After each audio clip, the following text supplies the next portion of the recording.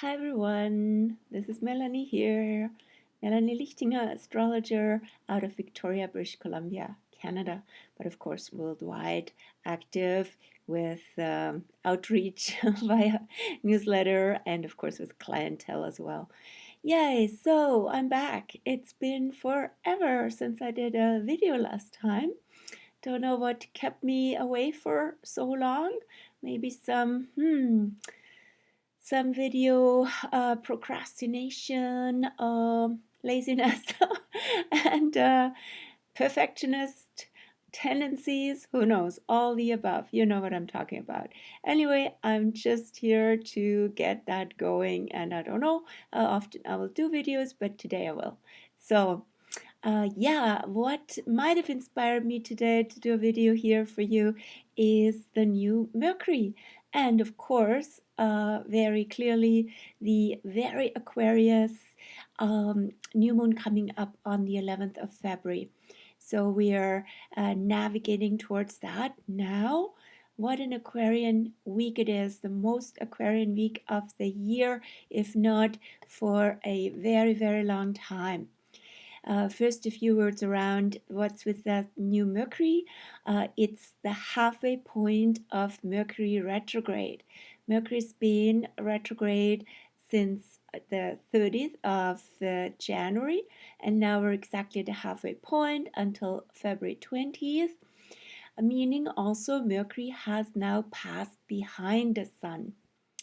Mercury retrograde always starts out when Mercury is the furthest ahead of the Sun. So, in other words, symbolically, archetypally, the mind has totally been carried away and been ahead and leading the show, leading from the head, from the mind, from the intellect versus the heart, spirit, consciousness, the Sun. And now today has been that shifting point. So the mind is off the driver's seat, the heart, spirit is on the driver's seat again, and mind may serve and be at its rightful place, I should say, in this very, very intellectual, mental, and even virtual, right, world that we're in right now, which is very mercurial but not so solar, and very much needed. Anyway, what's coming up is the new moon this week. What a new moon, so Aquarian, including also with Mercury in Aquarius. I just show you the picture here briefly. This is the chart, and I already posted it on Facebook. So here it is again. Look at so much. Where is it? Okay, I have to go backwards. So much Aquarius is going on right now. And the new moon on Thursday will have, of course, also now then the moon in Aquarius. Now, today it's still in Capricorn. But moon, sun, and Jupiter, Venus, Mercury retrograde, and Saturn, all of those in Aquarius. I've never seen in 20 years of my astrology practice so much Aquarius energy. It would have been also a lot of Aquarius in the late 90s when Uranus and Neptune were conjunct in Aquarius. In some sense, opening up the very technological internet and internet society, I should say, right? Omnipresent revolution in some sense when it comes to technology, when it comes to how humans interact with each other, very Aquarius, right? So that was reinvented in the late 90s, but now we have another push through this, not just through Aquarius new moon, which is basically a catalyst for what already happened at winter solstice 2020. All of you are probably aware of that. 1.5 month ago now.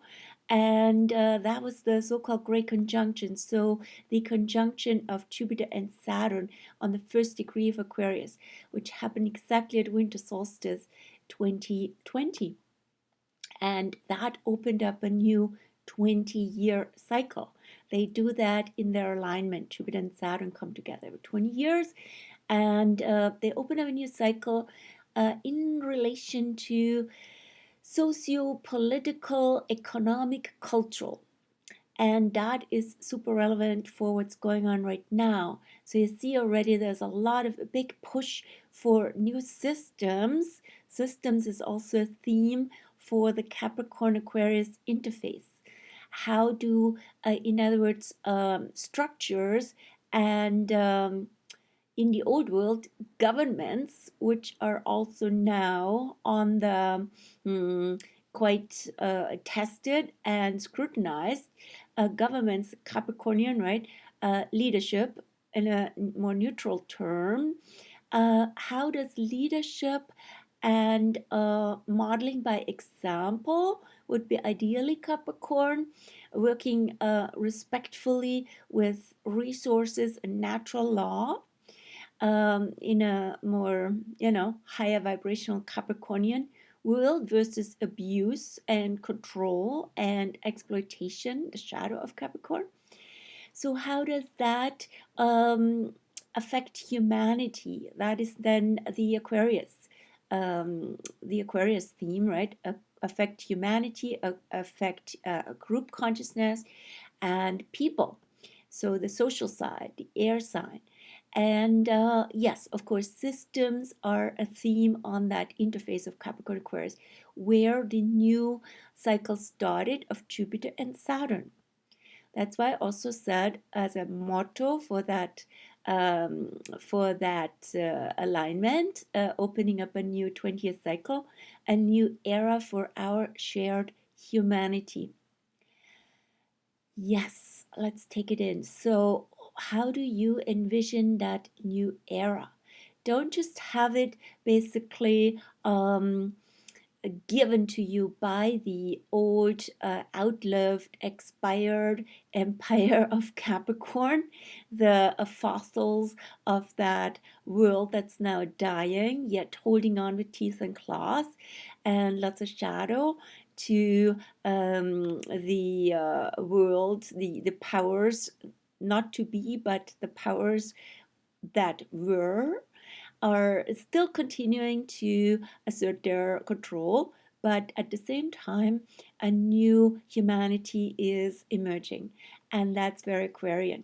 What it requires, of course, is an enlightened group consciousness.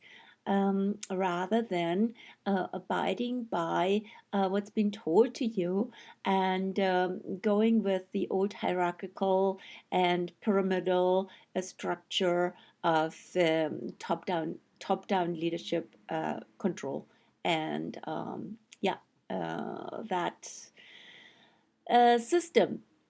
So now we're having this new moon coming up, in some way sanctioning, initiating that cycle that Jupiter and Saturn already heralded on winter solstice. How exciting is that? So more than ever, we need the light to come in, which is also Aquarius, right? Is an air sign, and not just air in a conventional sense, even though air is ever so relevant and critical right now. It's a lot about air. Who would have thought? And it's more than air, it's electromagnetic energy. It's the energy that connects people with each other. It's vibrations and plasma, if you will, prana, if you will. It's beyond time and space. Why am I saying that? Because space, in terms of geology and space as in distance, has to do with the Sagittarius. In other words, Sagittarius is also about travel, of course, right? As about connecting via space and reaching out. Further is better. And then the time consciousness comes in as, if you will, a fourth dimension in Capricorn. Capricorn is very time sensitive and time oriented, hence also related so much to planning. Now, what comes beyond space and time? big question. So very surreal, very utopian, if you will, very intangible. This is something that, in some sense, seems far out or unrealistic. What you're talking about, often Aquarius is ahead of its time, ironically, and can relate to energies that the mainstream and the established culture doesn't. So it breaks out of the matrix, if you will. So we're having a new moon with lots of energies in Aquarius coming up. That's exciting. So I don't want to be another authority, basically old school Capricorn, telling you what it is and what's supposed to happen, but actually just put that out as questions, as a stimulation for you, as impulses, and to tune in and to be open to see things in a fresh new light. And of course, what contributes is communication, is dialogue, exchange of ideas. Why am I saying that? Because it's the air sign is so strong, and also the Aquarius new moon is in a friendly alignment with the North Node, showing you here, North Node in Gemini here, right? So here is the North Node, which is an invitation for all of us since last June 2020. Take your glasses off for a moment.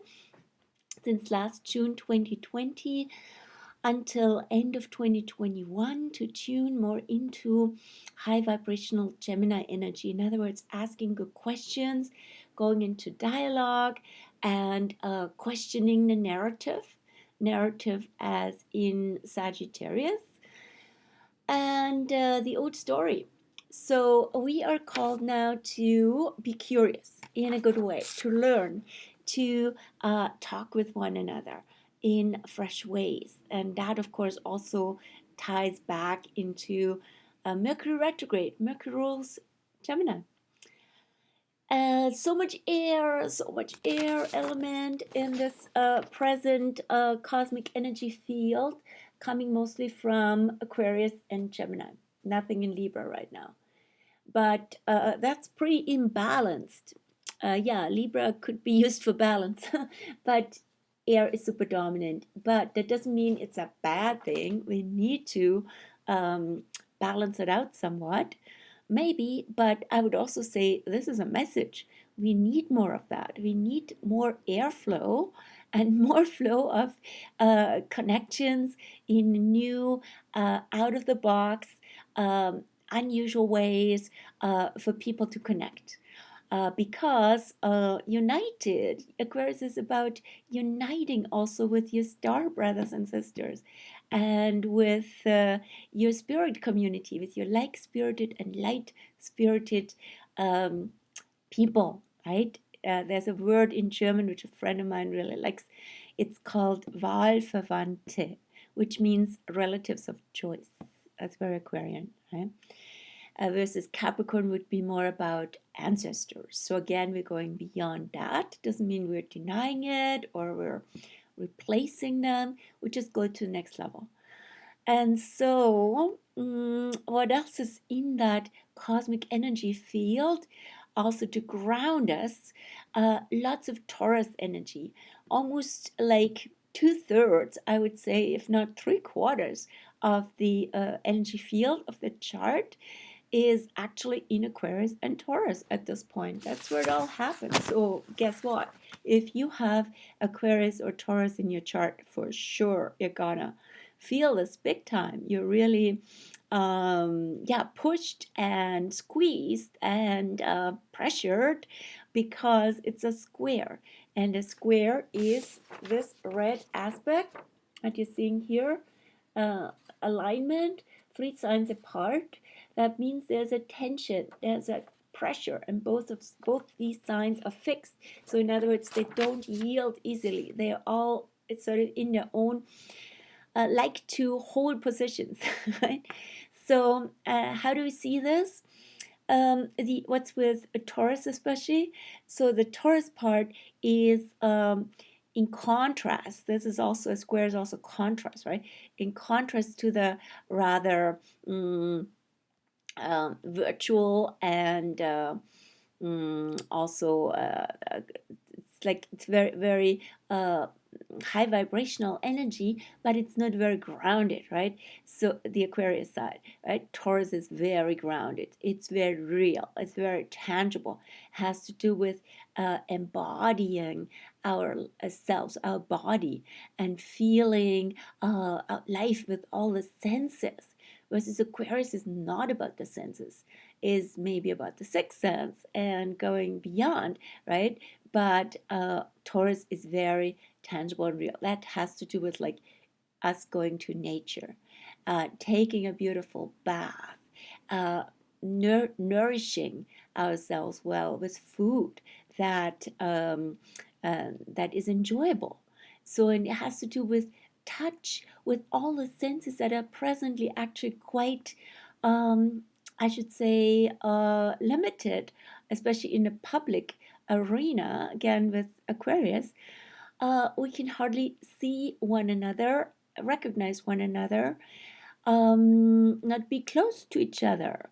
If we keep distance, which is a very Aquarian thing, right? Aquarius far out and or rather distant, or even in a lower vibrational way, which is also happening nowadays, of a sense of alienation, right? Very very distant and detached and not physically connected with one's senses and with the body, which is very Taurus. So Taurus connects us more again with our physical, instinctual, animal senses, especially with Lilith there, right? The wildness that comes with it, right? Being wild and free as nature always is. That's Lilith in Taurus. And of course, that's been going on since last October and came up, it's been very activated through Mars, now also in Taurus since January 6th, that a really significant day. So Mars into Taurus to settle, to help us really take our place, take our rightful place via the body, via showing up. How do we show up physically? What does the body actually assert and need? And yeah, so check in on that, right? So being good to our bodies rather than checking out and being so just online all the time or in cyberspace, similar, right? And losing touch with our own senses. So here is a big contrast between Aquarius and Taurus. And what's the key? What's the essential? What are the essential players um, in that dynamic? That is Saturn in Aquarius and Uranus in Taurus. Uranus in Taurus for a long time. It started 2018 a little bit to the 19 and 20 till 2026. And Saturn now in Aquarius, the sign that Uranus rules. Taurus in Uranus in Taurus. For Uranus in Taurus, I have the motto for now, working title, embodying freedom. So Aquarius is Uranus is about freedom, is about liberation, is about a revolution also. It's about being fully embodied and noticing how freeing that is when we are in our senses, when we're enjoying life again, or if we only could, and when we're in nature. So nature is teaching us a lot about freedom, right? Mother Nature. Let us tune.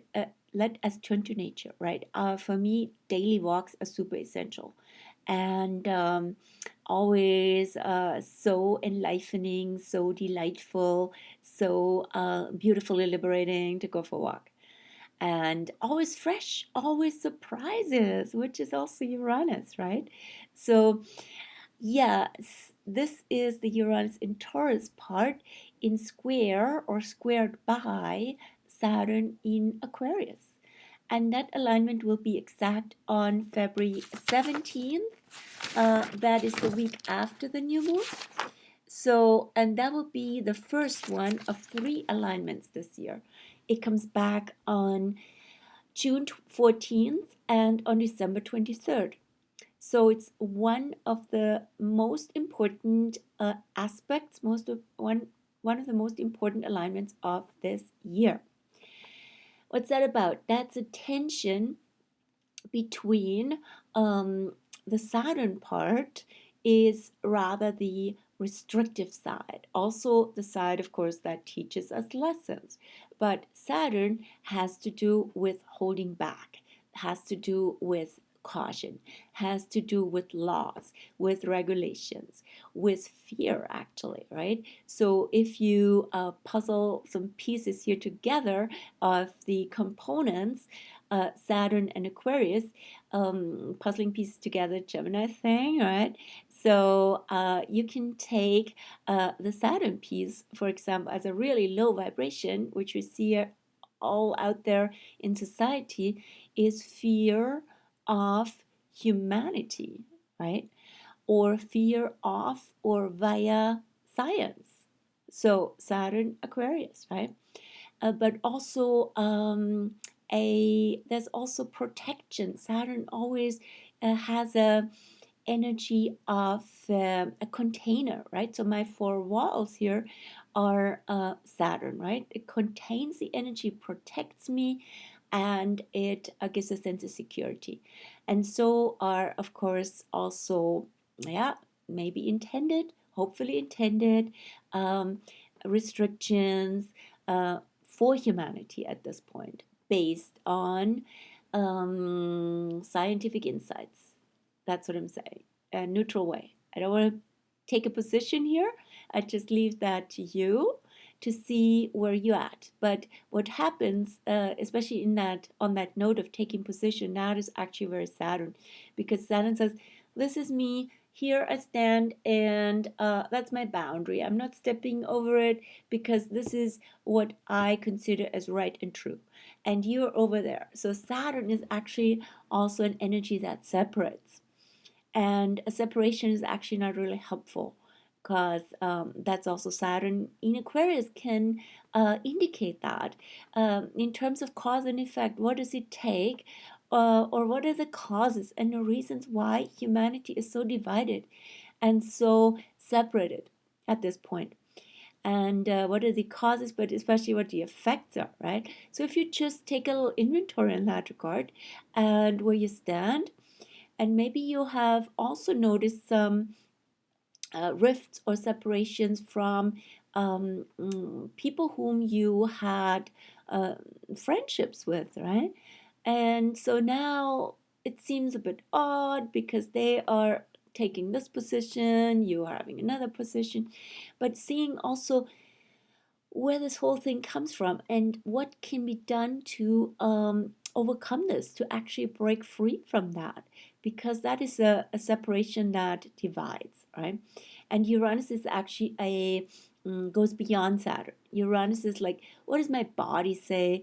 How do I actually what are my senses telling me when I'm in nature, when I'm in the presence of that person? So the other piece might be just a concept, right? So Saturn Aquarius, like, okay, oh, that party over there, this party over here, we are different. We are now on different parts of the spectrum of humanity. So that's not super helpful eventually. I'd like to introduce in that note also Neptune. Neptune, the only planet in a water sign at this point, but thankfully not for very long. On February 18th this year, the Sun enters Pisces, and a week later, on the 25th, Venus enters Pisces. So we have more water coming in soon. But for a week, and also for the last few days, there has been no planet in a water sign, not even the moon. And only Neptune has been the only one, right? So it's called a singleton, a planet, the only planet in an element. So Neptune brings in unity, oneness, connectedness, what connects us beyond all these divisions, and what allows the flow of energy again. So this is a gift also of Neptune. Sometimes a planet that's the only one in an element can be actually super relevant. And Neptune is, in some sense, the highest of them all because it's about transcendence, it's about going beyond all these divisive concepts, right? It's coming into a vibration of unity.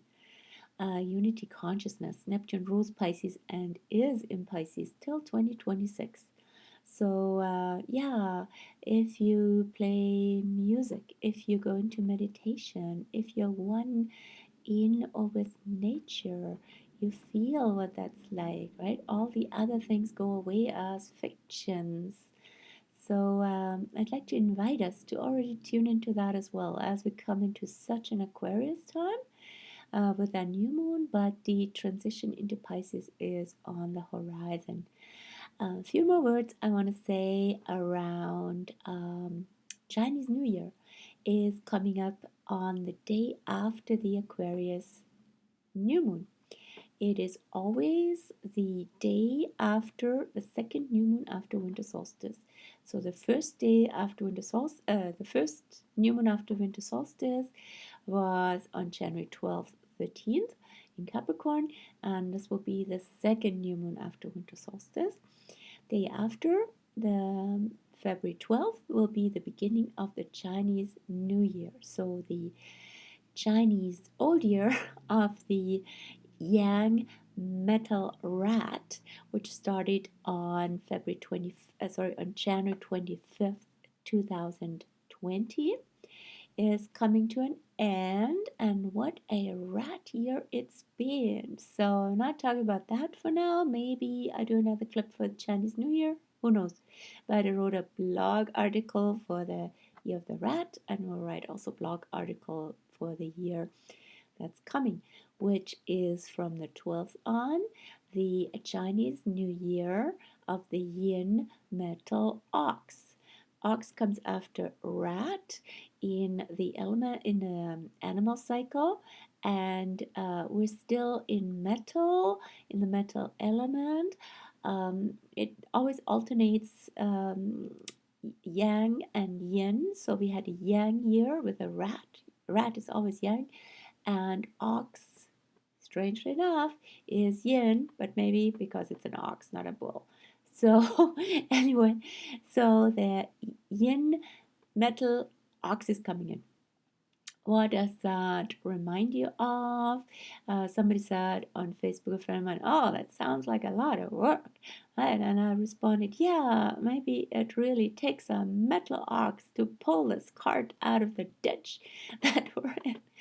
So, yeah, it looks like lots of work, rewarding work as well. And anyway, more about that soon. But for the new moon, for the Aquarius new moon, what I also like to bring in is the Sabian symbol. And in my blog article, you can read it all up as well. So I will post that there. But for now, I want to read it to you, and it comes from this Sabian Symbols by Dane Rudyard. This ancient, vintage, not ancient, but vintage book from 1973. And it's out of print. It's rare, that's why it comes in several pieces on my place. And here is the Sabian symbol for the Aquarius new moon. And what does Sabian symbol mean? So that's 360 degrees of the zodiac. Each degree has a symbol, it's an oracle that divided. So it's by a divinated what's the word? By divination. By divination, it was found. It's basically finding oracles through apparent random rituals. For each degree of the zodiac. So this was found a long time ago, and it's quite amazing how they work. I can tell you more about it if you want to know. So, but for now, I just want to go to that degree for the new moon. So, how's this been done? So, the Aquarius new moon will come at 23 degrees and 16 minutes of Aquarius. So, usually, unless it's a very, very first, a very beginning of a degree, like 4 minutes, 5, 10 maximum, you would go to the degree, right? So if it was 23 or 4, you would go to 23. But now it's a bit into 23 to 24, I go to 24. So 24 Aquarius, here it is. It says, so I have to also make that a bit more gender neutral because it's about man. So it says a man, in this case a human being, a human having overcome their passions, teaches deep wisdom in terms of their experience. So humans, having overcome their passions, teach deep wisdom in things in terms of their experience. So beyond the passion. So Aquarius is also pretty dispassionate. It's the opposite of Leo, very passionate sign, and Aquarius is rather detached. So, and also post experiences, like experiences, wisdom, that's all Capricorn. But now there's a teaching. And the keynote is the constructive use to which difficult past experiences can be put as examples for those who are still striving to overcome their passions. That's actually pretty cool, right? Because there's so much passion, so much strive going on, so much battle, so much conflict in this case, right? It's going on in humanity nowadays. So who are the people, or how can we, the people, each one of us, if we step back from our passions and from that passion in terms of Mars also, in other words, there's conflict, right? There's a belligerent, you have enemies, and that in fact is not really helpful. That's also what Chiron in Aries says, right? So we have to heal this whole warfare, which is it's been so prevalent for humanity, and it's so coming up now because we have to feel it to heal it. So this is a very conflictuous energy right now.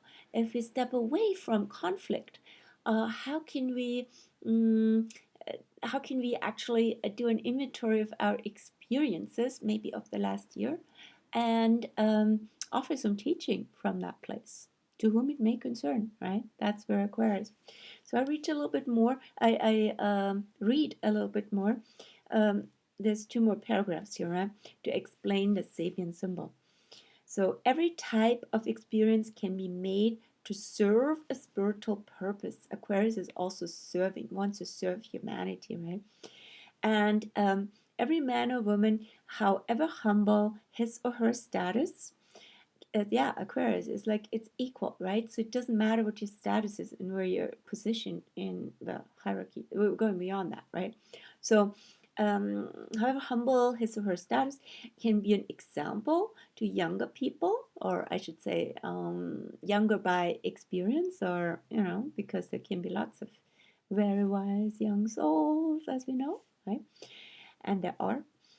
So however can be an example to younger souls, I should say, right, who are still struggling to overcome or control the compulsive drives of their emotional, biological natures, right? So what can we teach? And teach by example and by experience, right?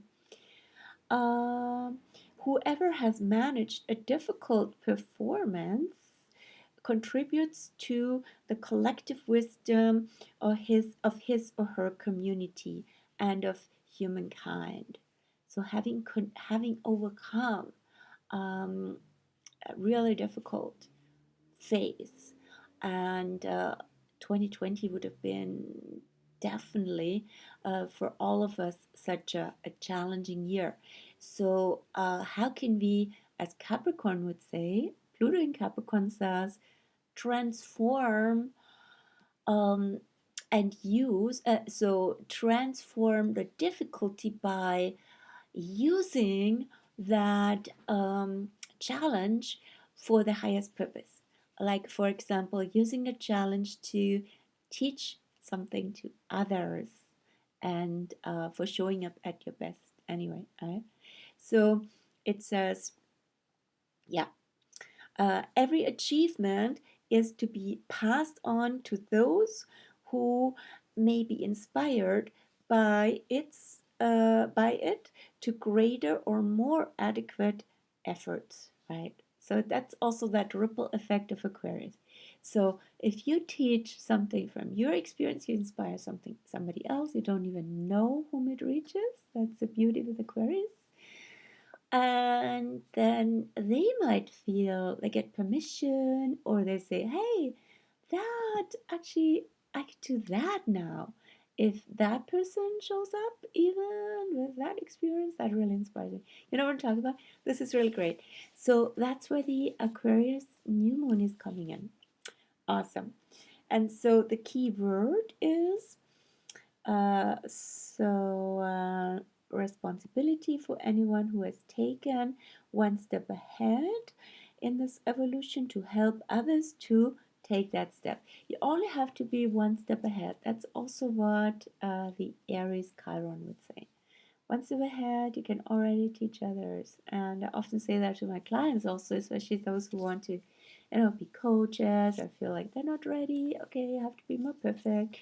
Just be a few steps ahead. You're more relatable. And the keyword of this Aquarius new moon, or that's degree, is communicability. Communicability. So how can you communicate that experience, which is great also because it's full circle when it comes to the new Mercury that we just had today. So a new way of communicating and less coming from the ego, from the mind, from the head, coming more from the heart and coming from experience. So great. I just leave it with this and wish you well for the Aquarius new moon week and new cycle starting into the Chinese New Year as well. Take care. Bye.